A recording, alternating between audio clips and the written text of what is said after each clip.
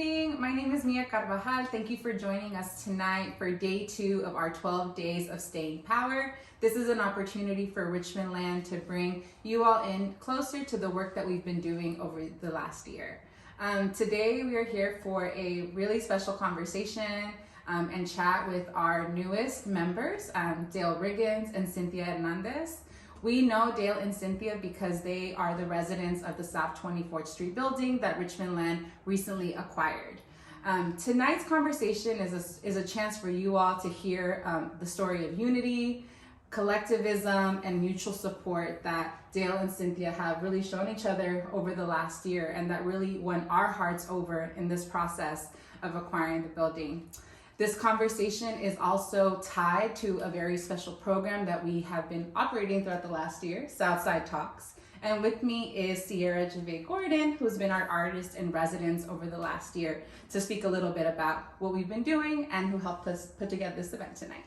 Awesome, thank you. So super excited to be here and just wanting to give a little bit of a background information about what Southside Talks has been. And it's been a project that has highlighted a collection of folks who are Southside residents to really get to talk about the ins and outs of race as it relates to housing, as it relates to belonging, specifically within Black and Latinx communities, because many folks growing up in this community realize that there is a lot of tension, even though we are experiencing a lot of the same issues. We are in the same housing complexes and things like that. And so it's been a really amazing opportunity just to bring folks together to really delve into that conversation, which I think many folks are a little hesitant to do. And so that's why we're really excited to be able to get to have this conversation. So thank you, Cece. All right, well, let's get this conversation started.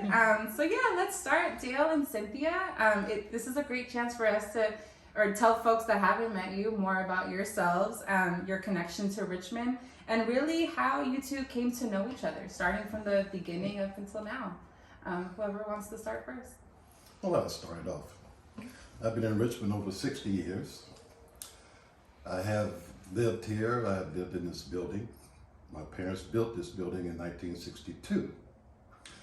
And it's been under my hands, under my mother's hands for the last 20 years. I think most of all, Richmond is a place where everybody is basically equal. And what I mean by equal, there's no millionaires here. There's no millionaires on Betrayal's side or McDonald's side. We all basically make the same amount of money. We all struggle, but we're also scared. And when you're scared, that brings a lot of attention out. I have seen a lot of tension. I've worked 33 years with the city of Richmond. I've seen it from the inside, I've seen it from the outside. Richmond is a great place, I love it. I moved out for maybe a year and a half, 2 years, and ran right back. I just liked it that much. I have friends, well, why you move out of Richmond? I mean, I can just don't move to Richmond or Vallejo or somewhere else. No. Richmond is home. Richmond is home. I will always stay here. And that's our theme this year too, 12 days of staying power. It's also, about being rooted in home. So I appreciate you sharing that. And do you want to share a little bit about how you know Cynthia? Oh, Cynthia. Her mother, her brother. 12 years, 13 years? I believe so, yeah. We've been knowing each other that long. They have been a godsend. And I think I've mentioned this before. Being a landlord that lives on a premise, you get to know your tenants. You have to. You have to trust them, they have to trust me. I haven't had no problems, none. I can't even think of one. If I could, I'd be lying. They have been that good. And without them, I would be nothing. Nothing. Just a band with a partial. That's all. Yeah, we are who we keep around us, Yes. definitely. Thank Yes. you for sharing that, Dale. All right, Cynthia, do you want to tell us about yourself and your connection to Richmond? Richmond is now my home. It didn't start off like that. I'm actually from San Francisco. I was a San Franciscan that didn't believe there was a world outside of San Francisco. So when I moved out here in 2009, I believe it was 2009, 2010. I think so. Right after high school years. Yeah, I never saw Richmond as my home. I just always wanted to run back to San Francisco. And I think one day it was just like, wait, I live in Richmond. You know, when people ask you, oh, where do you live? Where do you stay? Richmond. Oh, Richmond? Yeah, that's my home. You know, I finally got comfortable with saying, like, yeah, this is my home. I've now started my family here in Richmond. I met my husband here in Richmond. So now Richmond has my heart. Still San Francisco a little bit, but more towards Richmond now. Nice. So, thank you, Cynthia. And Dale, you know, when we first started, you know, discussing the prospect of bringing the building into the land trust and started to explain the community land trust model, you mentioned that this model and how we operate and do affordable housing resonated with you. And I wanted to see if you can speak a little bit more to what drives you to hold the value, and what does affordable housing and a dignified place to live mean to you? It means a lot, and especially now. I was on that side, but now I'm on this side. And to see this side struggling, I'm no better than nobody else. God sent me in this direction, I have to go this direction. I have to make sure my life is complete. Affordable housing has to be done. It has to be done. It's a must, it has to be done.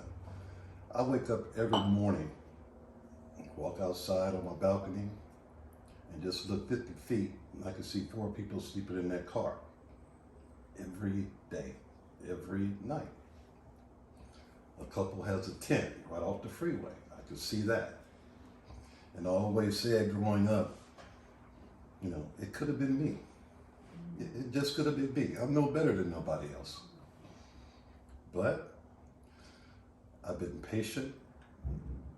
When you guys came along, that was a blessing in disguise. And that's really what I was looking for, a blessing. And that's what I received. You already know we see you all as blessings. And just so that folks know, we've really only known each other a little under 80 days. Yeah. Maybe a little longer, maybe 90 days. Even so, I think in addition to the trust and unity that you all built with us, I think it speaks a lot that you've been able to cultivate trust with us during this time as well. So thank you for sharing about that, Dale. And I know that you also mentioned at one point too that your mom used to also talk about those values of affordable housing and that stuff too. When they built this building, you know, I was just maybe 7, 8 years old, but I was always eared. I guess that's why my ears are big now. I was always listening. And I heard my father say, you know, we're not building this to make money. We're building this to help people. And like I said, that didn't resonate with me then at 6 or 7 years old. But as I got older and started watching tenants come in, leave, come in and leave, it's kind of like, how come they just can't stay? What was the purpose of them having to leave? And once I got older, where I am now, well, I could see. A lot of people just can't afford it. The house here, I think the rent was, matter of fact, I know it was $200 a month back in 1962. Wow. What a difference. $200 a month. Yeah. And my mother didn't work. She was a housewife. She stayed home. My father worked all the time. But just listening to her say, you know, we'll be okay. We're not trying to be millionaires. We're not trying to sit there and be better than the Joneses, but we'll be okay. Yeah. And you would think, by me growing up being the only child, that I would be spoiled. No. She stopped that from day one. I never knew anything like that, being spoiled. If I had wanted some money, I had to go work for it. Yeah. Period. And that was it.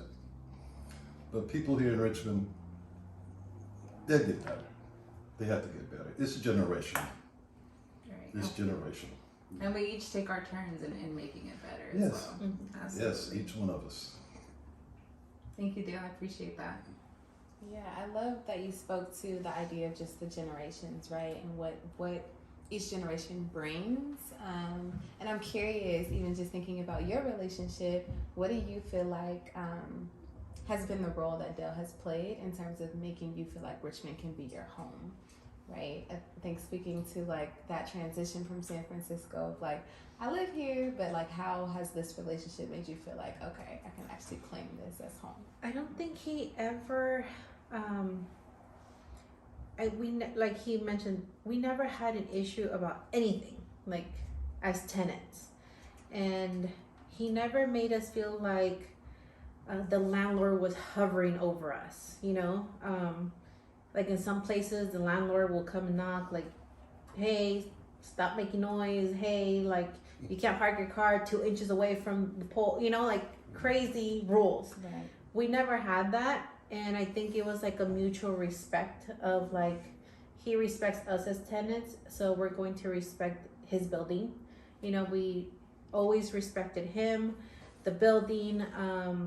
He's had a lot of history here in Richmond, so it's kind of like, oh, I didn't know Richmond did that. I didn't know that happened in Richmond. So it's kind of like, okay, I can get, you know, a little bit more like history from, I think I've learned all my Richmond history from Dale.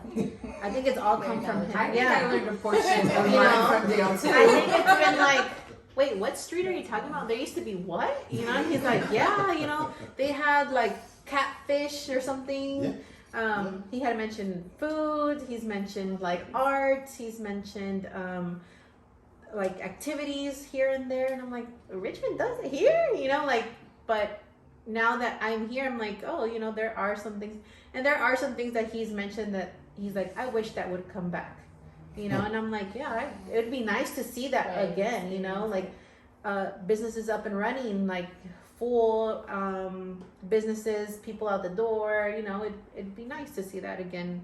And you know, I've learned a lot of Richmond from him, because I had no clue what Richmond was, you know. That's real. And I love that it's a mix of like teaching you and you creating what Richmond is for you now, but also Dale being able to be like, let me tell you all the things that used to be here and made the city vibrant, and also just like learning what are those things now and how do we sort of build on that. And I'm thinking too, so in our sort of one-on-one interviews, we talked a lot about just building community, building culture, and thinking through like what are the challenges, right? And obviously a lot of this work is around navigating sort of racial tension, even within our families. It's sort of tricky. I think about my grandpa and folks who I'm like, this is going to be a struggle, right? Talking about this thing. But how have y'all navigated being able to even just be in the midst of family members or community members experiencing racial tension and still being able to have the type of bond that you all have? I don't think we looked at it as being racial anything. I think we always saw each other as family. Yeah. That's the way it's been. You know, I did something the other day. You know, I had my hands on the table, and I just turned them over. Darker and lighter. Now start thinking about everybody else. If you turn your hand over, it's lighter. We're all the same. We're all the same. We're the same color. You know, we may have different thoughts, different things that we go through in life, but we still do the same thing. I have had friends throughout school, and I think the first time, maybe early 60s, late 60s, where I was told to go to the back door to order some food. That was in Arkansas. That's expected in Arkansas. But my parents really never told me about that. So when I get there, I go with my little cousins and we riding around. I said, I didn't want a hamburger. Okay, and they laughing. I had no clue why they laughing. But they drove up, said, you gotta go right there. I said, all right. I went in the front door. The lady looked at me. You need to go to the back door. I'm thinking, oh, okay. I'm here in California. Get your food over here, pay for it over there. No, it wasn't nothing like that. You know, it's what you want, boy. And I just looked at him and walked right back to my car. But from that time, that still didn't bother me. It never did. Race has never bothered me. We're human, period. There's no more anything else, just human. That's all. We eat. We sleep. We go to work. We make money. We're the same. Some are better than others, some aren't. I want this place just to buckle down. Richmond LAND, you have a good opportunity to reach a lot of people. I mean a lot of people. Because I know I wasn't the only one struggling with this pandemic hit. I know that. And people aren't going to say anything about it. They're not. So what we have to do is get to these people. Don't make any difference. We got to get to them. Let them know something is there for them. And we'll be going. Richmond will become Richmond again. Thank you. Thank you for that. Matt? And in regards to the, difference of race, like in our family, I guess we never really saw color here. I don't think it's ever been an issue for us, or we share our culture. Like Dale has introduced us to his mix of beans that he does. We've given him like, hey, try this. This is from this country. This is my friend from Guatemala made this. Try this. It's always like we've always like shared, and I think in the last year, probably in the pandemic, I feel because we were here a lot more, I think we got a lot closer. Like, Dale was actually the first person who knew I was pregnant, out of all my family. He had mentioned it to my husband, and I was like, don't say yes. Don't say it. I'm not sure if I want to say anything. Like, he knew, how would he know that, if we weren't close, And I like it will always be like really close to my heart. Like I'm about to get teary. Or like our welcome home. Like he went out with my husband to get us balloons, flowers, and decorated our apartment. And that will always stick with me. Sorry. No, it's okay. Like he took the time to tell my husband like, hey, let's go get this for the girls, And I remember walking in with welcome home balloons and a welcome baby. Like it was just unexpected. And I told my husband, oh, you went out to do that? He was like, no, it wasn't just me. It was Mr. Dale. And I was like, oh, Mr. Dale did that? Like that was so nice. I just remember like crying. I don't think I ever thanked you for that. Like, but it always stuck with me. Like, and I think it's always gonna stick with me because I wouldn't be getting emotional about it now, but Of course.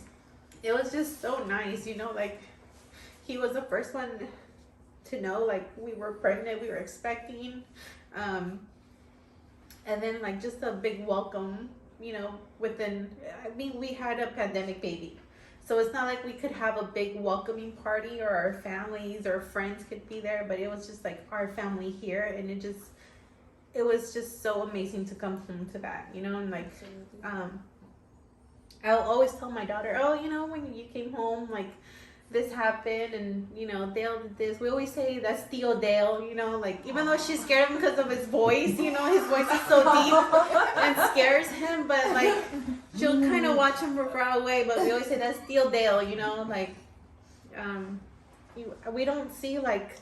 We never saw our family divided here because of how we look or our skin color or anything. Like, this is our family. And when all this happened of the building, we were just like, how are we going to stay united? Like, even like one of our ideas was like, well, if we somehow get a house, if we have to leave, like, we have to have a room for Dale, for my mom, for we included everybody. There wasn't like, well, we're going to pack our bags and see everyone go their way. It was just like, how are we gonna stay together? I think that was like our biggest thing, like not the building, now who's coming in, now who's taking over, how are we gonna stay together, because I was coming knocking on this door like, hey, we could probably get help from here, we can probably find somebody who can help us here, probably call this person, email this person, but we've just always been united, and I think this whole circumstance of the building has brought us much closer than ever, you know. But I don't see like, I just don't see why others can't do that, you know. It wasn't like how do I say it, it wasn't hard to accept Dale into our family, be part of our family. I don't think it was hard for him to accept us part of his family. He always says my husband is his son, you know, like that's my daughter. Like, right. You know, it's just, we're just family. Yeah. And like Dale, you said so many times, we just have so much work to do to yeah, open our hearts up to that. Have to. Yeah, I want to ask like a brief follow-up question because what I'm hearing is, one, it takes a lot of vulnerability, right? Like, we're not going to be able to engage in these conversations unless we're able to be our full authentic selves and be accepted in how that shows up, right? And just thinking back to the conversations that I've had with other folks throughout Southside, because we spent a lot of time talking about, you know, why aren't we able to sort of share space and be in community. And I think a lot of what has been shared is that I think people want to, right? We want to be in community. And we don't want it to be sort of fixated on how we look.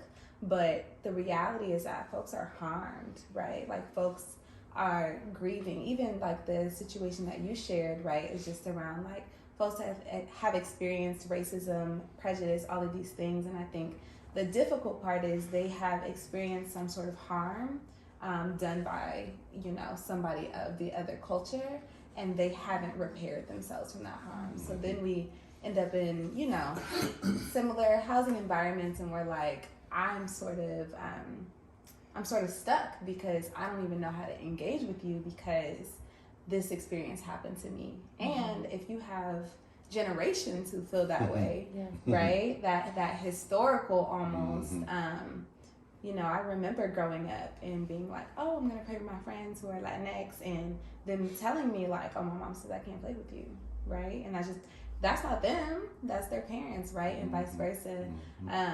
And so the follow-up question for me is, what do you all feel like could or needs to happen for folks to be able to engage, for folks who are struggling with like the racial tension issues, specifically with Black and brown folks? Like, what do y'all feel like, how do we bring people to the table to have the conversation? Because it needs to be had. I think that y'all's relationship is so powerful, but so rare, right? Like, there's so many, you know, me and I talk about this all the time. Like, you know, we get to work together, we get to build and have these dynamic conversations, but we want to know from y'all, like, how do you feel like we bring people to the table? You have to want to do it. You really have to want to do it. So many times I see people, I mean, I can go back to where I was working for the city of Richmond. And I was all over Richmond. From Rochester Village to the Marina, to East Shore Park, to Point Richmond. I've seen it all. Now watch people, and you just see them, and you can tell who you can approach. Because see, a lot of people walk around like they're actors and actresses. It's just a little persona over their face, don't say nothing to me. You walk around with their lips poked out. But you really don't know why his lip is poked out or her lip is poked out. Why not just ask? Or even just say hi to somebody you don't know. Let them know, hey, I'm not going to harm you. I know you're not going to harm me. How come we can't be friends? All these people up and down this block, I know all of them, everybody. Wave at them, they wave back. They wave, you wave back. That's what has to start. Somebody has to be the initial to sit there and say, I want to do this. I want to make this place better. And once you get that in your head, you can go out there and find some people to talk to. It's easy. Friends over here at the store, they call me the mayor. Yeah, because I come in here every day. Yeah, okay, I am the mayor. You know, and they're Arabs. Just as nice, but I could watch the people come in behind me and look at them like, No. No, leave that outside. Leave it outside. It's not needed. You know, I want to live happy. I don't want to sit there and look over my shoulder and think, oh God, somebody's, no. I don't want to do that. Never wanted to do that. So that's why I treat people equally. That's the way I treat everybody. I treat you nice, I'll treat you nice, I'll treat her nice, I'll treat her nice. Period. That's it. I have no qualms with nobody. I don't care the ones who wrong me. I just pray for them. That's all. That's all I can do. Make sure they have something in their brain that needs to come out. We have to start. This is a very good start. Like I told Mia once I found out about Richmond LAND, oh, I was gung ho. Let's do this. Let's do it. We appreciate it, Yeah, Dale. let's do it. Because I'm thinking first was not myself. It was Cynthia, Anna, and Jonathan, and the baby. That was my main concern. Them having a place. Because we all know it's hard. And if somebody don't help you, you may be stuck for quite a long time.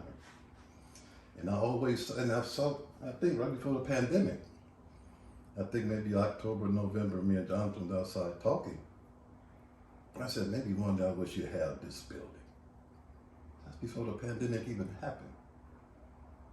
That's how close to being her husband are. I mean, Jonathan had done some stuff for me that just kind of blew me away. I'll just put it like that. He had told me some stuff that just kind of blew me away.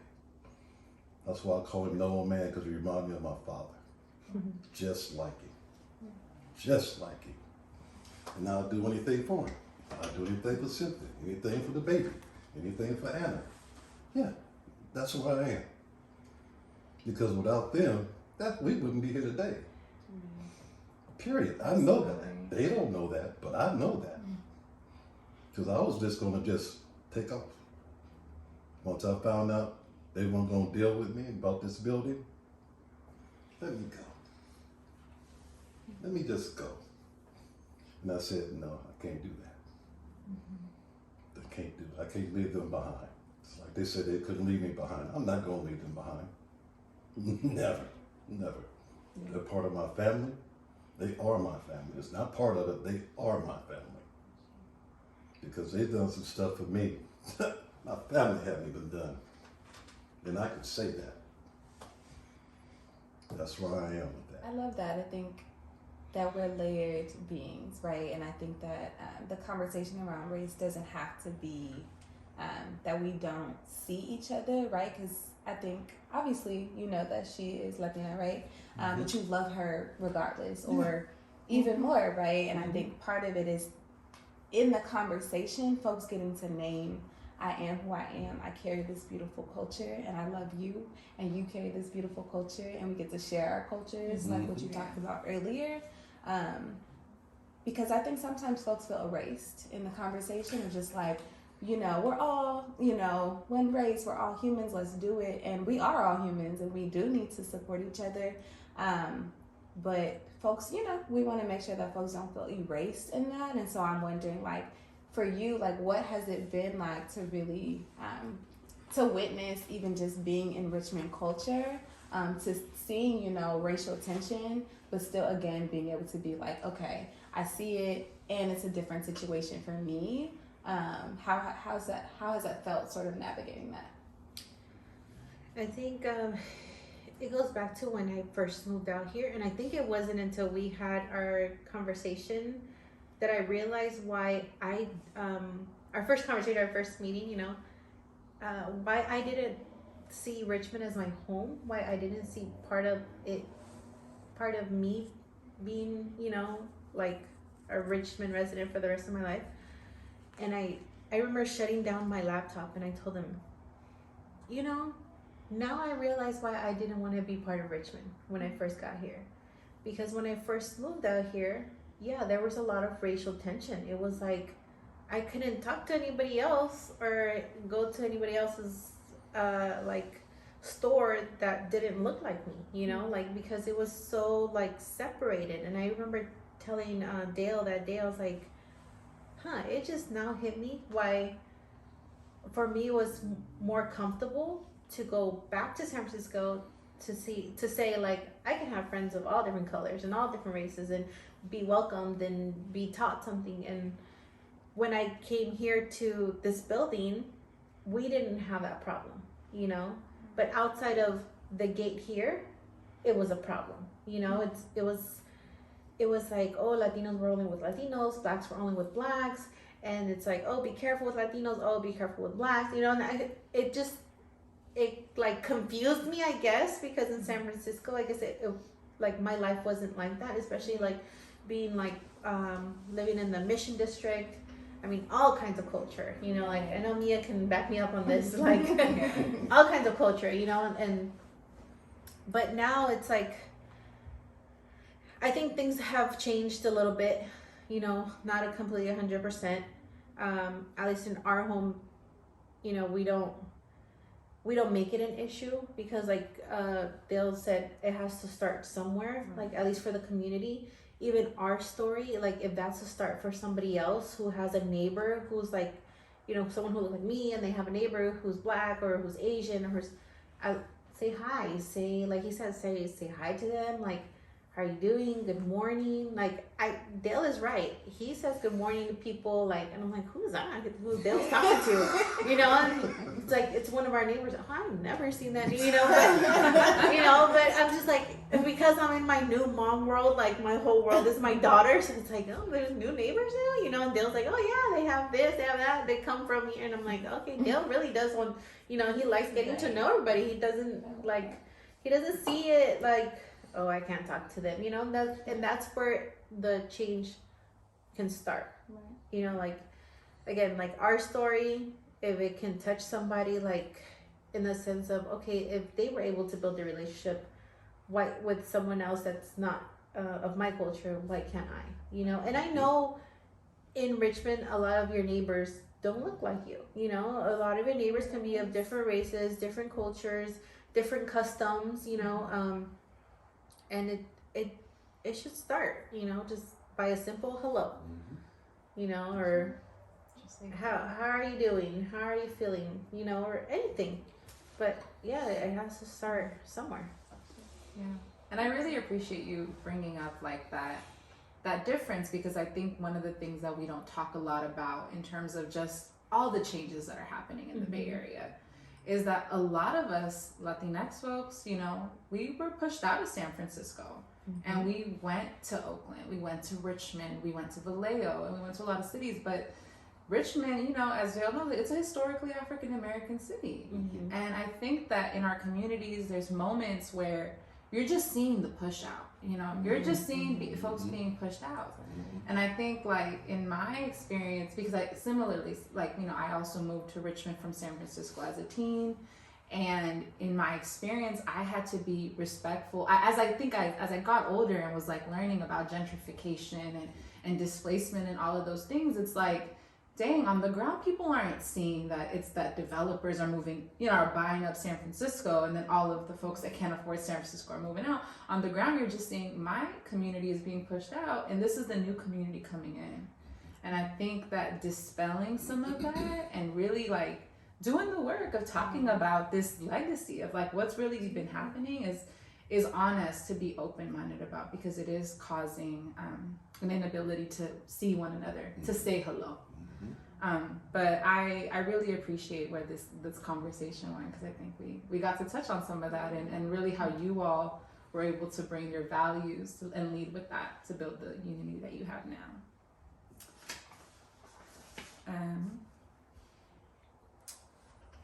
So let's see, I guess you talked a lot about what it was during the pandemic together and what you did to survive and get through it.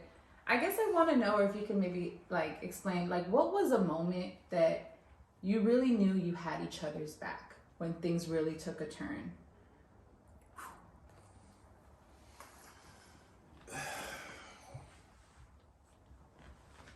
I really think it started before the pandemic. I think this happened maybe around November, October of 2019.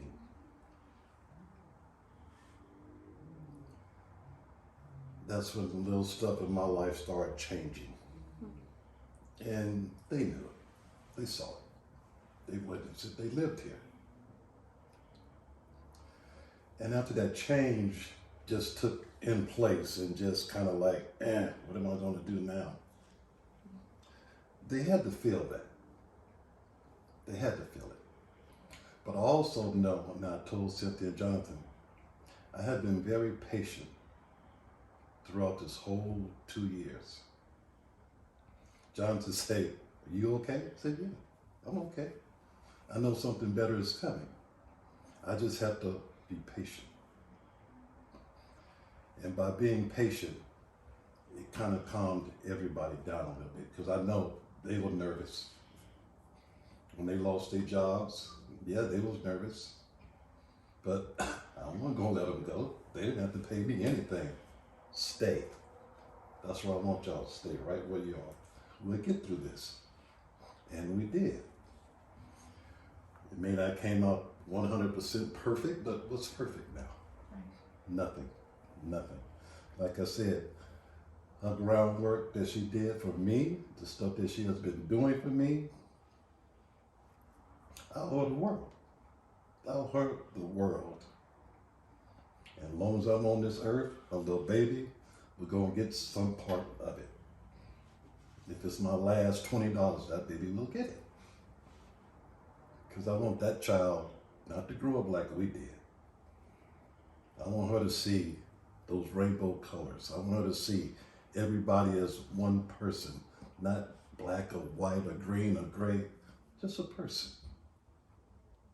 And she will be happy growing up that way. I know that.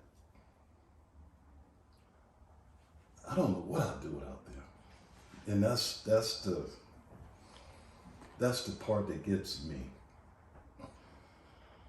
I tried to tell my oldest son one time, just do right. Just do right. Because whatever you do right, it's going to multiply when you need help. I never ran downstairs, "Oh, help me do this, help me do that. Oh, I don't have no food, blah, blah, blah, blah." Nothing. It's like we read each other's mind. Here she come up with, "Ooh, try this." Okay. I'll go downstairs, "Hey, y'all try this." Okay.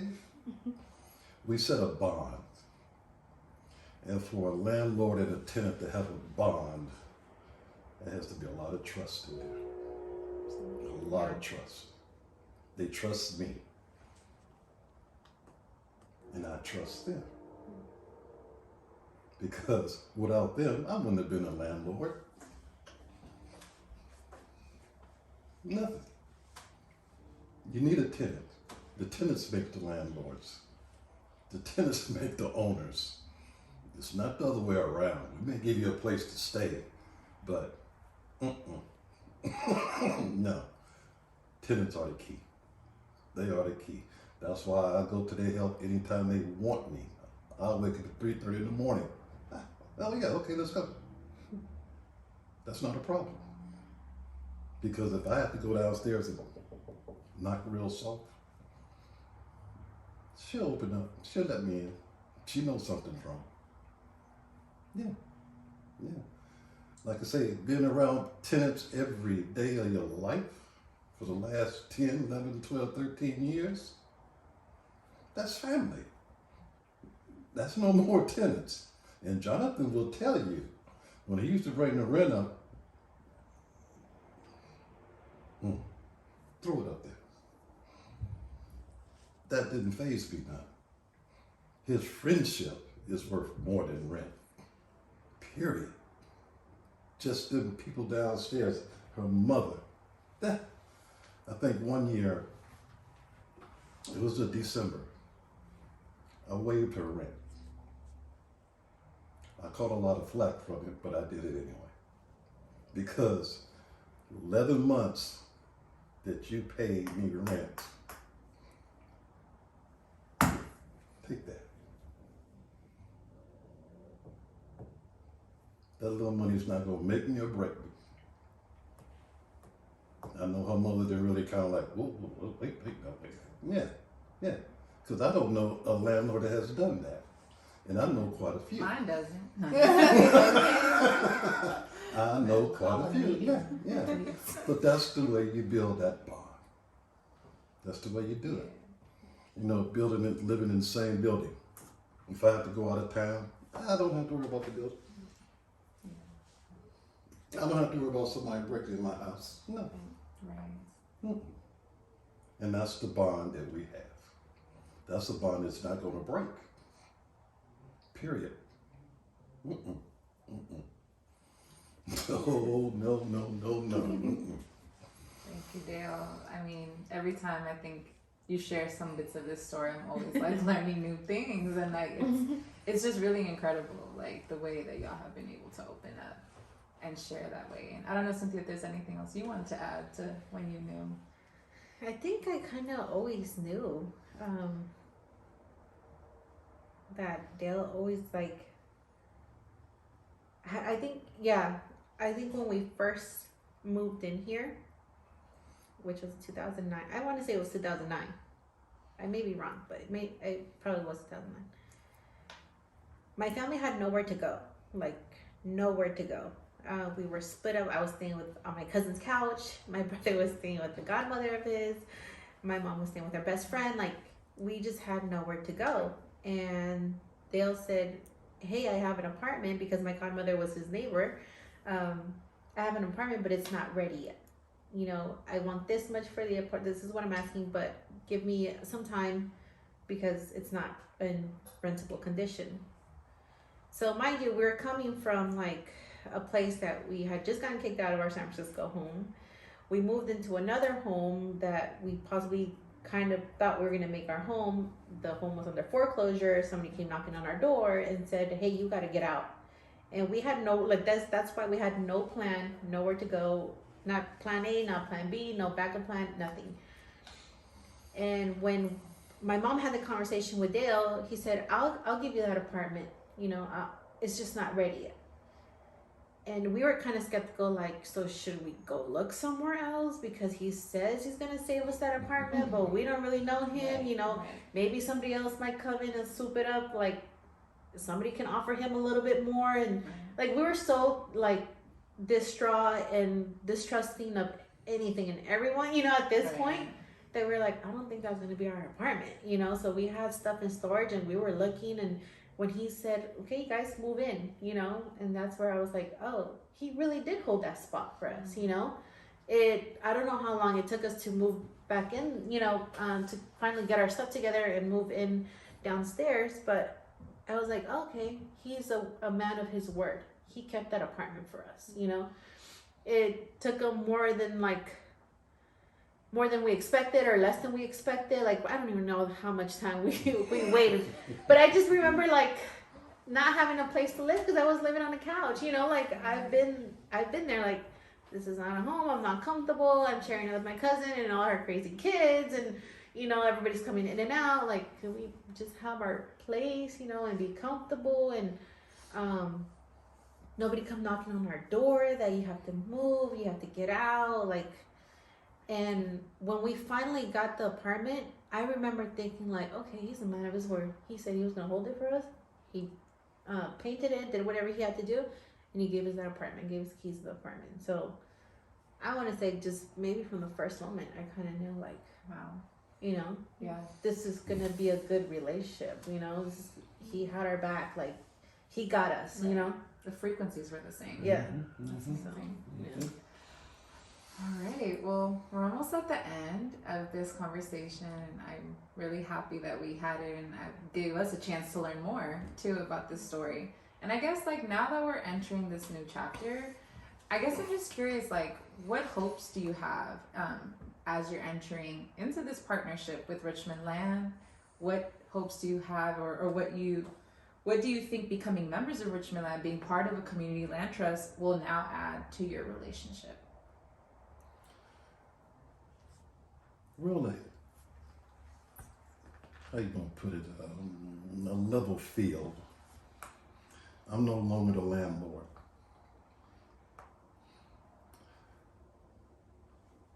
I like it.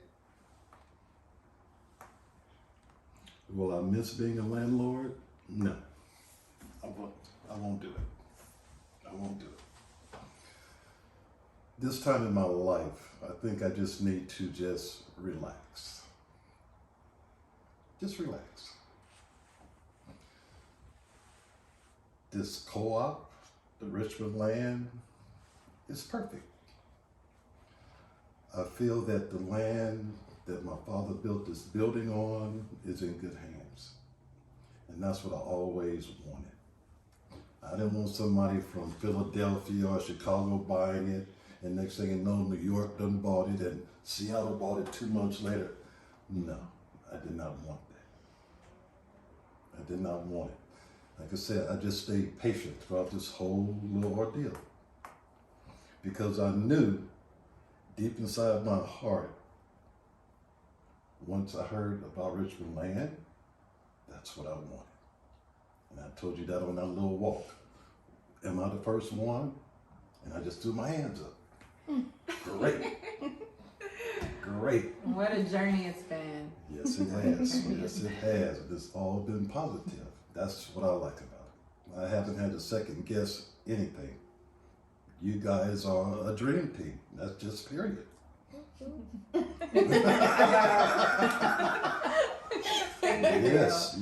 Yes. And for everything that I'm going through in my life now, I can come to you guys. Because y'all have answers to all. That's what I like. One-stop shop. Everything. You know, I have to say, Cynthia really set the standard too, though. Because she came with her binder and she was like, look, I've been doing this on behalf of Dale and I've been keeping things together. I was like, okay, we gotta, to earn trust, we have to be at that level. So That was my OCD that just kicked in the middle of the night because I just wasn't sleeping at that point, but yeah. None Well, what of us about you, was. Cynthia? Like, and what are your hopes and what do you think that this new partnership is gonna add? it's going to help us stay together for sure. It's helping our family stay together. And like I said, that was one of our first fears. Like, how are we going to stay together? You know, this transition over and with the Richmond LAND is doing that for us. And I think it's brought us even closer together. You know, it's going to continue to help us stay together. It's going to help us to be here in our home, you know, still say this is our home. It's still going to allow us to say that. And now it's feeling that we have a team behind us to let us call this home.